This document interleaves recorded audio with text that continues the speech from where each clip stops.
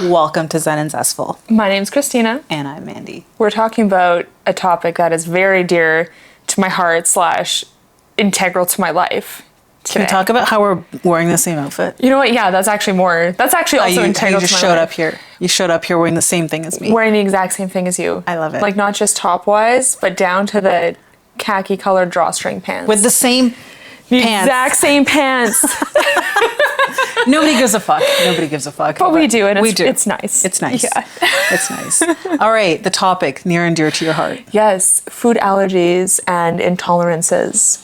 Which are a huge part of society now. Yes. North American society. North American society, yeah. Yes. So I've grown up with allergies. I'm allergic to eggs, dairy, and peanuts. I have always had my allergies. I also used to be allergic to strawberries, fish, and tree nuts.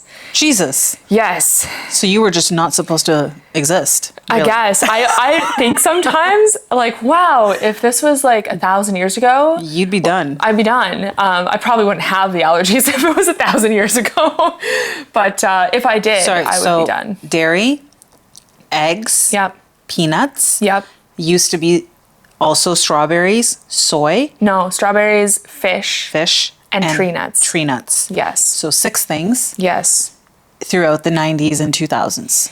Yes. And then I outgrew my strawberries and fish. I couldn't have been more than 10, so that was younger. How'd you discover you were allergic to strawberries? That would have been because I had allergy testing as early as you could get it. And at the time, here's the thing. Contextually, like now a lot of people know about allergies. It's not a secret. Look, when I was in school, you had the one kid. You had the one kid. The weirdo allergic to peanuts. Yeah. And then he had to leave the room. So we could eat our peanut butter sandwiches, or he had to sit on a table by himself in the classroom. Do I have stories for you? Yeah, I'll tell you a few of those. But yeah, no, that's exactly my experience. So I was kind of the tail end of the kids going to school who people didn't really understand allergies. So you're just like sequestered basically. Right. Whereas now, like if kids have a peanut allergy, like people know what that is and people generally understand how to avoid that. Well, now if you have a kid in school, the list of things you're not allowed to bring is like astronomical. Yes. Yeah. But no, one of my earliest memories actually, I was in preschool. It was day 1 of preschool. My mom dropped me off. I had my own snack and everything. And when it was snack time, the teacher put me in my own separate room and all the other kids were in another room. And get this, the rooms, the way that they had it divided was glass. So I was in this, like, I felt like a fucking zoo animal. It's deeply traumatic, and it's one of my earliest memories. I'm not laughing because it's funny. I'm laughing because it's so fucked up. It's so fucked up, right? And so I just remember that feeling to this day of like being sequestered and like locked in this room by myself where everybody could look at me. And then all the other kids eating their snack. Yeah. And when my mom found out, she was so mad. She was livid. I never went back there again. I went to like another preschool the next day. Oh my God. Yeah. Yeah. So this episode, I'm actually really excited for because I have so much to say about it. This is my life. Yeah. Oh my goodness. And even now as an adult, like my allergies are severe in a way that most adults are not. Because a lot of people will grow out of things. Like dairy is something I run into all the time. Dairy is in everything in North America. Yeah. So I tend to react to dairy the most. But most people grow out of their dairy allergy. Whereas like when I look at the test results for how allergic I am to things, I'm like off the chart. Like it's so intense for me. And no one knows why you have them. They just are. Genetically, it's from my dad's side. Okay. But my dad doesn't have severe food allergies. Even the allergies we're aware of from my dad's side don't seem to be severe like the way that I have them.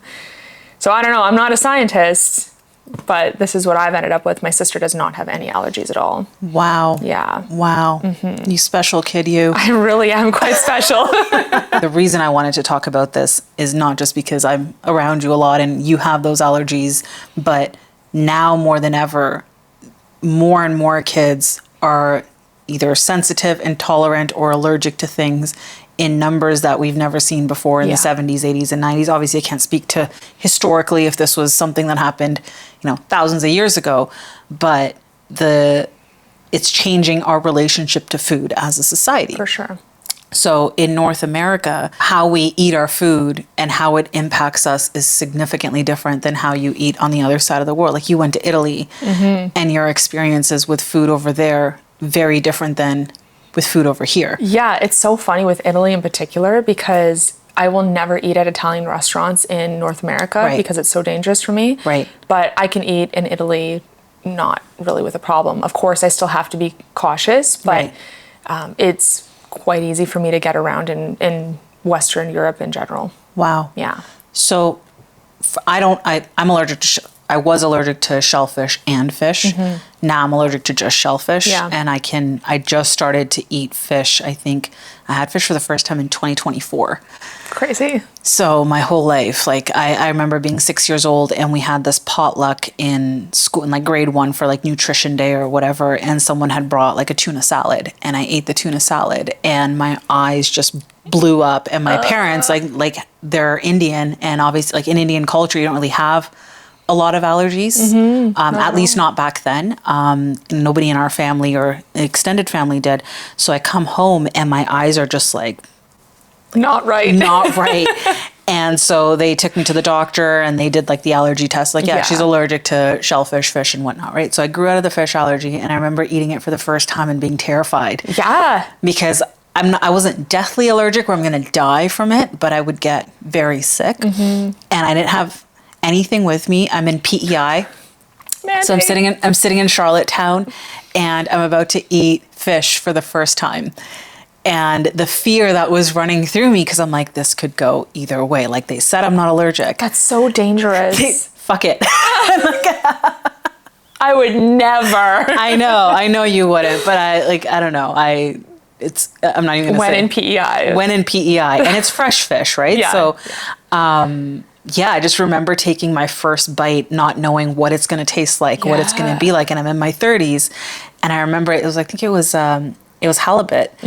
And I'm like, it's going to taste like chicken. Like, what's it going to taste like? Cause like things people just describe things taste like chicken. I just remember as I'm biting it and I'm chewing it and it's flaky and being like, okay, give it a minute. Like what's going to happen?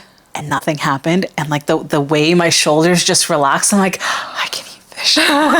But if you don't live with that, you don't know what it's like. But I've had a lot of sensitivities to certain foods that trigger migraine and bloating. So my migraines are intense to the point where I remember like for 2-3 years, I ran out of sick days within the first 4 months of the year. Because of spring season and also like the foods that I would eat would trigger a reaction and it's like you're going to throw up. You can't look at light. You can't look at sound.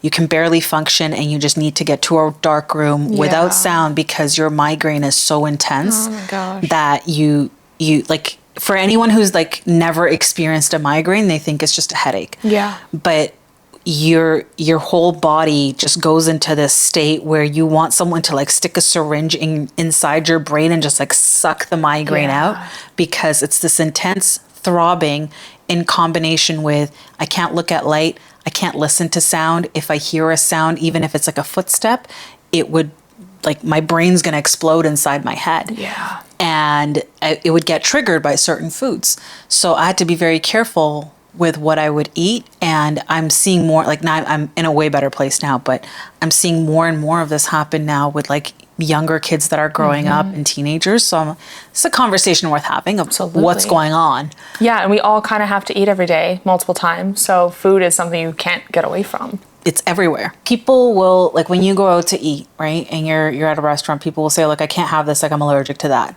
But they're not actually allergic to it. Don't get me started. What is the difference between a sensitivity where your body's kind of just intolerant to something and it triggers responses versus an allergy?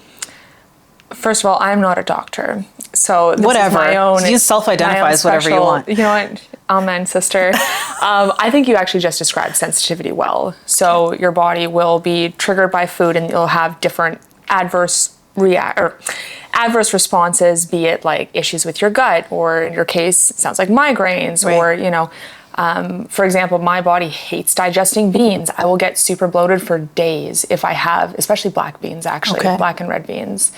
But an allergy is like a life or death thing. And it doesn't have to be as deadly as mine, but basically when you are having an allergic reaction or when you have an allergy, there is a certain likelihood that you are going to react to a food. Right. So for example, for my severe dairy allergy, there's a huge likelihood I'm going to react to a food. There's almost like no world in which I would never react to dairy if I ingested it, right? Right. But technically, so I've been told by an allergist I once had, is that anybody has the ability to react to anything at any given time. The likelihood is just so low.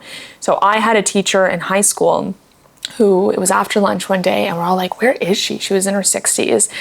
And eventually somebody comes up and they're like, oh, she's had an allergic reaction to an apricot. She had never had an allergy in her life. And then in her 60s, she developed a stone fruit allergy out of nowhere.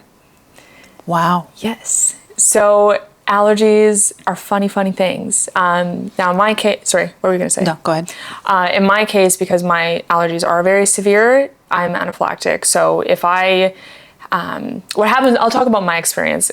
What happens if I were to, like, say, have a sip of milk is I would go into anaphylactic shock. So like I'd feel it in my throat. That tends to happen the most often for me. I would have to take an EpiPen immediately. It's not just milk, right? It's like butter or any kind of dairy. Yeah. Lactose intolerance and dairy allergy are completely different things. So if you were to have, like you go out to a restaurant and they cooked something that is dairy free, but they cooked it in butter. Not dairy free, man. I have fought people in restaurants about the fact that butter is made from dairy. And I know probably some people listening to this are like, what do you mean? Of course it's made from dairy.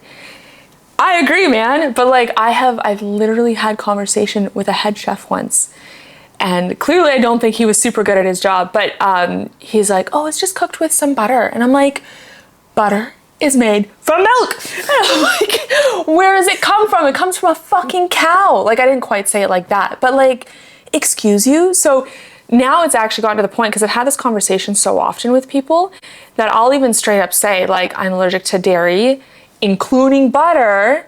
And some people will be like, yeah, obviously. And I'm like, listen, you don't want to know the number of times I've had to argue with people about this. I think people that also work in, like, when you go out to eat with people, and people that work in the food industry or whatever, they're so, I would imagine that there is some level of annoyance associated with people and their food restrictions, because like, I can't have this, I can't have that, I can't do this. And like the modifications that people ask for. But I don't think people who aren't around folks who have a serious deathly allergy understand the seriousness of it. And then others are so insensitive to say, like, well, if you can't have stuff, just stay at home.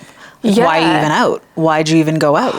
I have so much to say based on what you just said. But yeah, just don't be a part of society. Go live at home. Food is such a social thing, and that's what makes allergies so hard, right? Like I'm kind of an anomaly as well, because I love food. I love going out to eat. Big foodie, yeah. And a lot of people with allergies aren't like that. But yeah, like if things go wrong, they go really wrong for me. Like I have anaphylactic allergies. But a lot of time, like, you can't see that. And that's the issue, right? People from the outside looking in who don't have friends with allergies or family members with allergies, they're just like, allergies are like this concept in their brain. And it's like, oh yeah, like that sucks. But it's a me problem now. Now I, as a server, have to like deal with this. Well, think about me, because if things go wrong, I'm dead. Like, what do you need me to do? Do you need me to like convulse on the ground in front of you? Do you need my body to break into a full body rash? That happens for me. I can vomit all over you if you like. That doesn't happen for me quite as often, but a lot of people get stomach pain with allergy attacks. The hives and the skin rashes, as uncomfortable as they are and not a pleasant experience, I don't think they compare to full-on anaphylactic shock where you can't breathe and you're going to suffocate to death. Totally. It's terrifying in a way that like you honestly can't describe to somebody. Right. And I would never want anybody to experience that, but it's so scary. And something as well is like, if you are anxious, and this happened to me in the last 6 months. I went to a restaurant that has been safe for me for years. Right. And then my husband was like, there's something on top of this rice that looks kind of off. He's like, let's double check. And they had already said when they came to put the food on the table that it was fine. So I had like little bites. Yeah. But because I was just tentative, like I wasn't eating a ton of it. And then he double checks and they're like, oh yeah, we'll go like triple check for you. And then somebody comes running over. They're like, oh, actually that topper on the rice is made with butter, just a little bit of butter. And I was like, so then it's hard for me in that moment because I'm like, am I having a panic attack or am I having an allergic reaction? And I got really, really lucky because I don't think I actually even consumed what was on top of the rice, because otherwise I would have reacted. It's terrifying. Yeah, so then I just had a massive panic attack.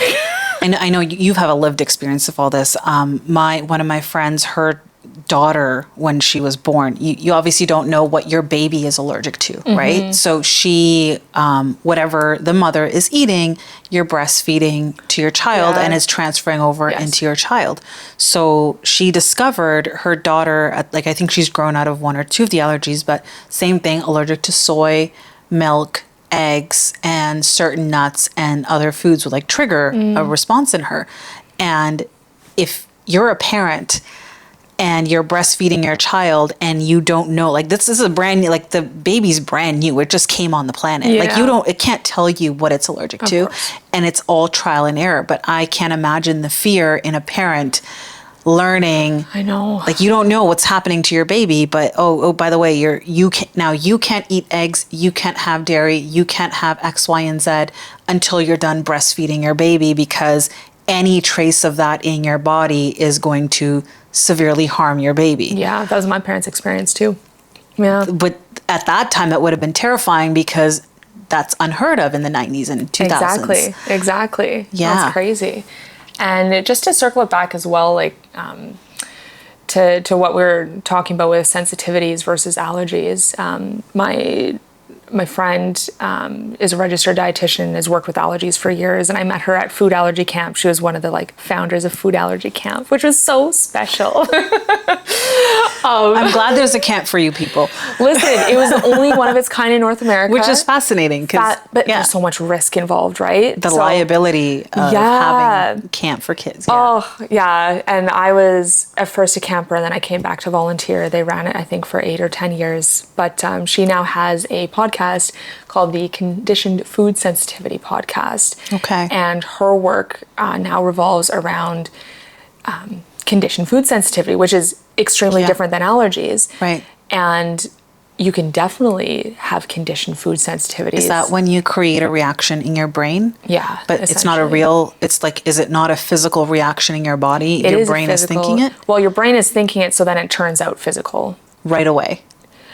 I don't think it's right away. I mean, not my area of expertise, but I don't know. I don't know if it's right away. I know for sure over time, you'll be like, oh, I need to, maybe it's like your friend that you were talking about earlier, where it's like, oh, I can't have milk. And then you're telling yourself enough, I can't have milk, I can't have milk. Then you start noticing these reactions when you're having milk, and then it's like, oh, I really can't have milk. And then it's like a feedback loop. My understanding. So I actually featured on her podcast, I guess it was like 4 years ago now, to talk about my allergies, because allergies are so different than sensitivities. Yeah. But it can be easy for some people in their minds to create these quote unquote allergies, but they're not allergies. It's like a placebo effect almost. Yeah. My understanding of it. Yeah. It's really quite fascinating. The human mind is fascinating that it's able to do that. The human mind is so powerful. But in my head, I'm like, oh my gosh, what I wouldn't give to have the choice to not eat something. You know what I mean? To have the choice, or to have the choice to eat something it's just a very different experience. Yeah. Yeah. So do you find when you meet new people, is there, just because of the, like I was saying earlier, there's this almost annoyance around people that talk about their food restrictions and allergies, and because there was a whole craze where everyone's gluten intolerant.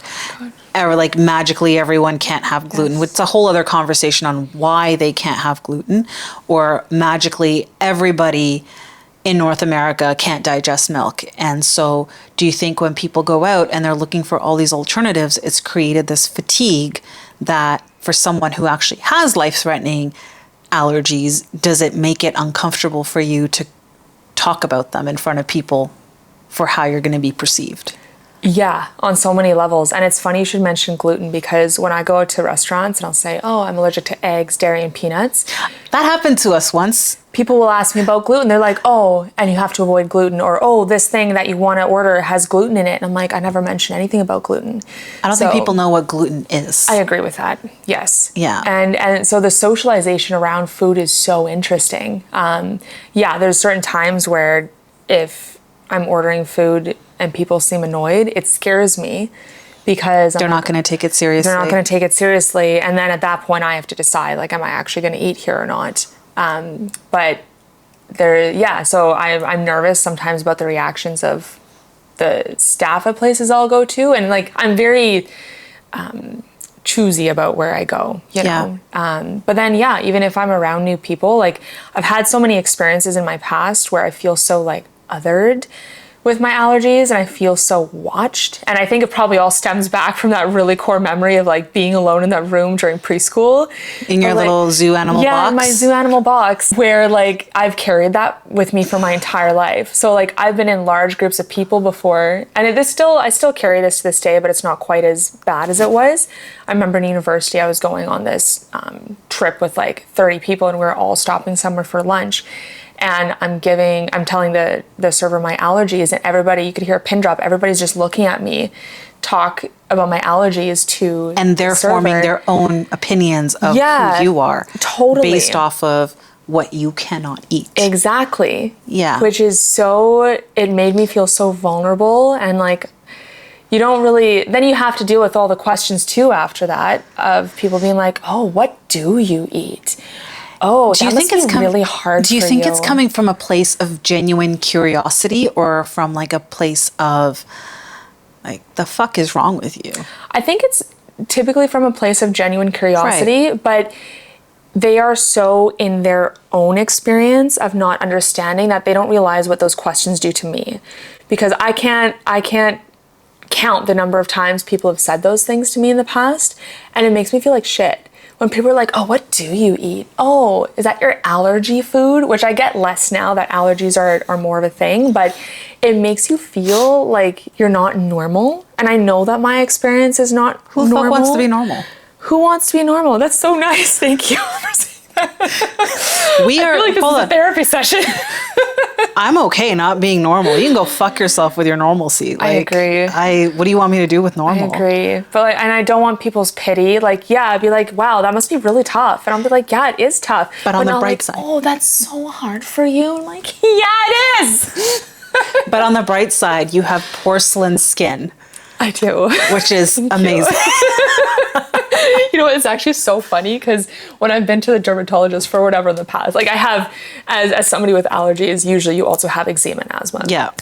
So when any time I've been to the dermatologist in the past, the first thing always that a lot of dermatologists will say is like, oh, well, let's cut out dairy. And I'm like, listen, baby, dairy free my entire life. Yeah, it's not a problem for me. Not an issue. One of the reasons I wanted to talk about this as being a wellness and / health / all things podcast, food is a crucial part of health. And now with the increase in people being sensitive to the foods that they cannot eat or are sensitive to, a lot of people that are kind of closed off to that notion that you could be sensitive to food aren't understanding that a lot of their health ailments are coming from the foods that they're consuming. Yeah.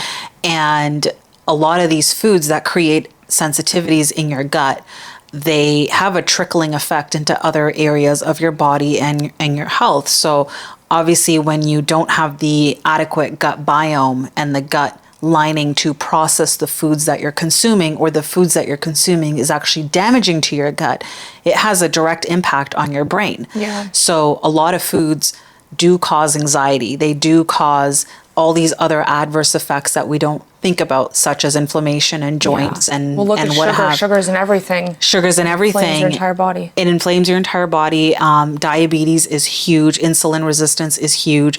All of these things that are basically prerequisites for more serious health issues that you're going to have as time goes on.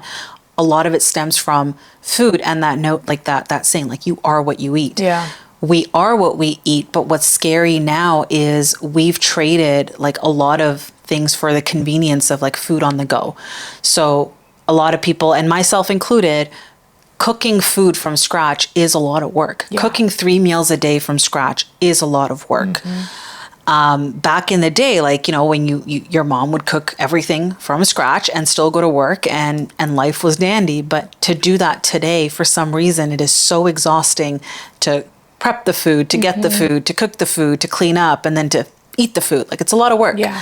And I don't think people are realizing that the conveniences such as Uber Eats, you know, meals on the go, frozen entrees, and whatever it is that you're having, it's not good for your insides. Yeah, no. And the gut biome that you're creating as a result of this, and all the nutrients that you're lacking from these foods, is super detrimental to your health. But we don't look at food as fuel. We look at it as like indulgence. Collectively, right? I know there's a lot of people in the wellness community that like food is nourishment, food is fuel. But when food is just this thing that you're indulging in, then it becomes like you're not actually consciously thinking about what you're eating. Yeah. And when you get all of these sensitivities and all these health ailments, like a lot of times I have friends like, oh, I have this problem and I have that problem. In my head, I'm like looking at what they're eating and I'm like, you haven't fucking touched a real vegetable in like a year. Like, what did you think was going to happen? Like or like a lot of time, like the coffee drinks, like whether it's Starbucks or wherever, how much of that is sugar? Yeah. And where is the milk coming from? And I get a lot of shit for grass-fed everything. Well, I want grass-fed everything because the cow shouldn't be eating bread. Well, Like- I was going to say, speaking of bread, the bread you buy at the grocery store isn't real. It's not even bread. It's not and bread. and the way you Sugar. would get bread back in the day and the way it was processed was very different than whatever Wonder Bread and Dempster's or whatever the heck people are eating even today. Europe now, the bread is fine. So in Canada, I cannot eat, like I can't go to a restaurant and eat the bread, like Yeah. almost never. Yeah. In Europe, I was eating bread 80% of the time everywhere we Yeah. went. And also, It's real. It's real. So it's so funny. I ate bread and pasta. I drank wine at least once a day. Yeah. And I did not gain any weight. Well, because there's no preservatives. Exactly. If I were to do that here, oh my God, I would notice it instantly. And the food in North America is for mass consumption. Yeah. So when you're buying small batch, it's more expensive, and people are also oblivious to what is in the shit they're spraying on our food. Yeah. Glyphosate is a huge thing. So when your food is sprayed with all these pesticides, and you know there's all these tricks and whatever they're doing in the food industry to mass produce all of the food so that they can put it on the shelves, and then you want to preserve that shelf life for longer, you're losing the actual nutritional value in the food. And one of the things that a lot of people aren't realizing is the nutrient dense soil is decreasing at it's insane how much soil is actually left on the planet that is rich in the nutrients, and that's what's going into the food. Yeah. So when you talk about, you know, you want to supplement with vitamin D, you want to supplement with this and supplement with that, the word is supplement. Yeah. The bulk of the nutrition should come from the food. And if your gut and your insides aren't getting the nutrients needed to fuel your body, it's going to fall apart. It's so interesting too, because like both you and I see naturopath, and we both take supplements, and I cannot eat fast food. Like Right. it's not safe for me. Yeah. So I eat a lot of home cooked food that my husband very lovingly Yeah. cooks for me. But looking at blood panels, like I still take supplements to ensure I'm at optimal health. But like I'm a great case study for it because I don't eat out that much. Right. And I'm still supplementing Yeah. my food. So imagine And your food is actually very healthy. and my food is very healthy. So Yeah. imagine if you're eating on the go all the time and you're not you're not Yeah. getting what you need to get. Because I No. agree, in a perfect world, you should be able to get all of your nutrients from the food that you eat. Right. But the reality is that we're not. We don't live in that world Yeah. anymore, and we don't live in the world of our ancestors anymore. A lot of people think that, you know, cooking fresh foods and whole foods is super expensive. But the difference that your body feels between eating whole foods versus processed foods is day and night. And I can attest to that. Like even when I'm eating healthy meals that are quote unquote healthy, but they are processed healthy foods, my body is suffering versus like whole foods, like cooking food from scratch and eating whole foods does not need to be this expensive experience. Like the way that I go about it is I make a list of what are the foods that I want to eat this week, targeting my protein, my carbs, and my fats. How much of what do I need? And then what am I going to cook? And what are the ingredients that I need to make this dish? Yeah. And I only buy those things. Yeah. So like I get shit on all the time by like my friends and my family, like, oh, you only shop at bougie places. Like I do because I see where it's coming from. Yeah. And I like to support local. Yeah. And I know that when it's like small batch farms where it's like, I know where the food came from, I feel more comfortable and I notice the quality difference versus it's crazy getting something that was from, I'm not going to name names because I don't want to get sued. I don't think people are realizing, more and more people are, let me rephrase that. I think more people are realizing, but there's also this fear around the cost of how expensive it is to be healthy. Yeah. And it really isn't. And yes, there is food fatigue, just like there's wellness fatigue. But at the end of the day, if you make a list of what are we going to eat this week? What do we need for each dish? And then only buy that and then make that, it's honestly not that bad. Yeah. And sure, maybe it's a little bit more expensive depending on how hardcore you want to go. You can go as expensive as you want really these days, right? Like look at Whole Foods. But you're investing in yourself.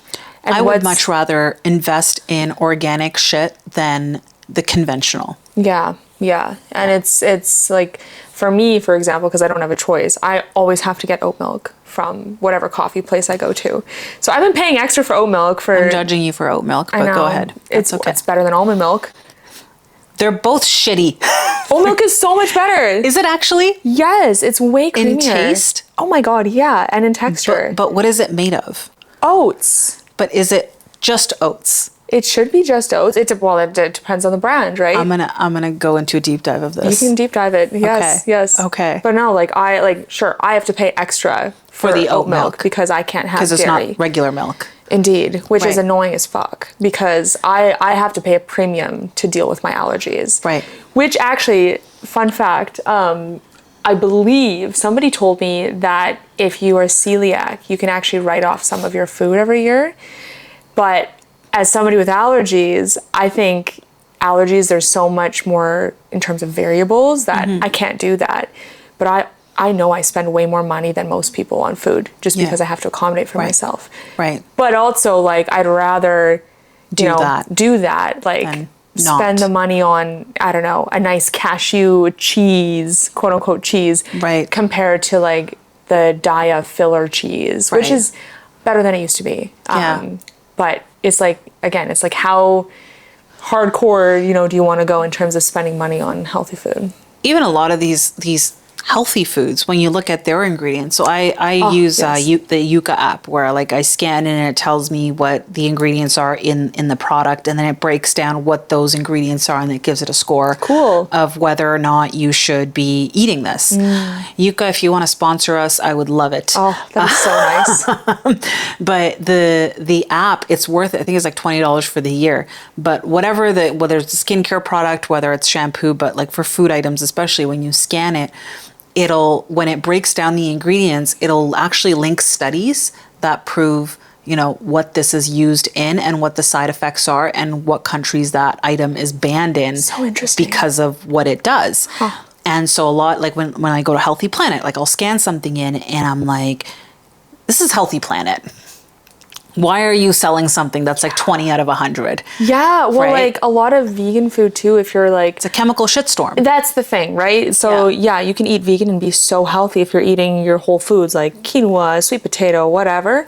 But if you're like, oh, I'm vegan, and you're eating the fake chicken fake burgers with the apostrophe in... chicken. and the fake nuggets or whatever. Yeah, but even the Beyond Meat burgers, Beyond. So this is my qualm with vegans. And as someone who was a vegetarian for about 12 years, and I was a vegan for roughly 10 months, because back then there weren't this many vegan options, and I had to do a lot of it from scratch. I destroyed my health in those 10 months because I wasn't getting any of the protein I actually needed. And I had this misconception that, because it says vegan, it's healthy. And it's not. What the industry that creates the vegan food and the people that eat vegan food don't understand is you're actually destroying full-on ecosystems, right? Like, in order to make your Beyond Meat, whatever the fuck it is that you're eating, the stuff that goes into it, you're fully destroying ecosystems. All the crap that's in it is so not good for you. Soy is not good for you. Our ancestors, and this is what blows my mind, is wherever you look in the world, at no point in history have our ancestors consumed this much corn syrup, soybean oil, palm oil, corn oil, vegetable oil, canola oil. And when you look at the ingredients for anything, and this is like something that pisses me off, is why is there canola oil in everything? Why does ice cream have canola oil? Ice cream should just be fucking cream and whatever's in it. It shouldn't be modified palm oil, modified cornstarch, modified this, modified that. And when you're putting that in your body, you got to understand that your genetics and your DNA and your internal mechanisms were not designed to break this shit down. So when it can't break it down, where's your body supposed to put this stuff? And the first thing people will say, well, you can't prove that. Like, your ancestors and the people that made you never had this. So how would your body have the ability to break this down and properly digest it and you still be healthy after the fact? Well, you can even think about comparing it to how people say that our bodies and brains are not moving fast enough, or like are not evolved fast enough to deal with even like the technology that's available to us. It's the same kind of thing where things have changed so rapidly in such a short amount of time that like evolution has not had a chance to keep up. It's the same thing. Well, and especially in the last, like the way we've changed our diet from, I'd say 1980 to now, within 40 years. So literally 4 decades. We've gone from a society that was predominantly healthy. Like, you look at people and how they looked in the 80s and in the 90s versus how they look today. You didn't have scooters and people walking around with walkers back then. Like, everybody seemed pretty much able-bodied. And this is not fat shaming people. This is like from a health perspective. When you're not mobile and because you are so overweight that you can't even carry your own body weight, there's a problem. And that's got nothing to do with like hating fat people. As a former fat person, like not to say like I needed a scooter or anything, but the difference that you feel internally when you're eating cleaner and how much sharper your brain is, what your thoughts are, how you sleep, how you move, what you think, how you feel about yourself. There's something to be said about that. For sure. And there is a direct correlation to what you are consuming. And I don't know how to wrap this up. But I would say that as a society, I do think that we need to start looking at where are these sensitivities coming from? Why are so many people more allergic to foods than they were 40 years ago? And why is that number only getting, bigger? Absolutely. And it's, you can't ignore it for the basic fact that we have to eat multiple times a day to survive. But also we are social creatures, and sensitivities and food allergies affect our ability to be social. It doesn't make it impossible, but it does make things harder. Right. Like you did say, you did say it is very rare for people with food allergies to go out as much as the normal person who doesn't have to think about where they're eating, what they're eating. Like, let's say you're going to a wedding. What are you eating at this wedding? Potlucks are literally my worst nightmare. I hate potlucks because I don't trust a lot of people to cook for me. And then it's like, and that becomes a whole social thing too. So bring your own meal. So I bring my own meal, but then it's like, am I a shitty person for not bringing food? Oh, people are now going to look at me because I'm eating food that nobody else has access to. People. I know, but these are the things that go through my head, and potlucks are a very social kind of thing. They are. Yeah. And you should feel like you're a part of a community or a society outside of your, like, food is art. I love, as a glutton, I love food. Yeah. Food is art, food is cultural, it's everything. But the more people become sensitive to the foods they're eating, the more that culture is going to shift. Yes. And I don't know how to end this. I think that's good, Food is important, so we should actually pay attention to it. And where it comes from. Yeah, exactly. There's so many things vying for our attention, but the food is what's going to shift you. Yeah. And I don't think that's just at what you're buying, like at the grocery store, but also understanding where this food is coming from, the farmers, their relationship with the soil and everything and anything around it. Yep. And yeah. You know what? I might just move to Europe somewhere, buy a castle that needs renovations, and eat healthy food and be really happy. I love that for you. Thank you. I'm going to do the same, but I'm going to go to Central America. All right. And yeah. Yeah, we'll still make the podcast happen. Yeah, we'll do it virtually. Exactly. We'll do it virtually. Exactly. Yeah. If you found value in this episode and you liked what we had to say here, please like, share, and subscribe. And if you think there's somebody else who might find value in it, please share this with them. Thanks for being here. Bye.